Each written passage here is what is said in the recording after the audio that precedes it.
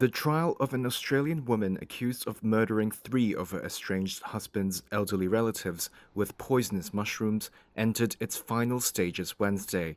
It's gripped the country and drawn global media attention, with British magazine The Spectator calling it Australia's trial of the century. It's also caused a sensation in Morwell, a former coal mining town where the accused requested to be tried in. On a cold and wet Wednesday morning, excited members of the public lined up for seats in the court before proceedings began. Yeah, so I am a true crime fanatic, so I do take my true crime quite seriously. I don't think I really appreciated that a case of this magnitude was playing out in my own state, so that's what intrigued me, that's what fascinated me.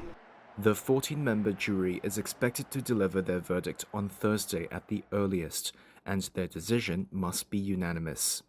50-year-old Erin Patterson is charged with the murders of her mother-in-law Gail Patterson, father-in-law Donald Patterson, and Gail's sister Heather Wilkinson, along with the attempted murder of Heather's husband Ian in July 2023. The prosecution alleges she knowingly served the guests lethal death cap mushrooms in a beef Wellington pastry dish at her home in Leongatha, a town 84 miles away from Melbourne.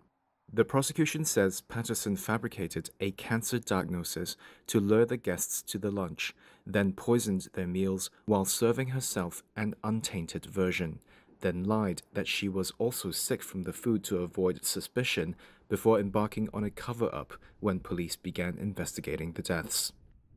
Patterson denies the charges, which carry a life sentence, with her defense calling the deaths a terrible accident. She was the only defense witness after the prosecution spent a month calling dozens of witnesses, including estranged husband Simon Patterson and the sole surviving lunch guest Ian Wilkinson.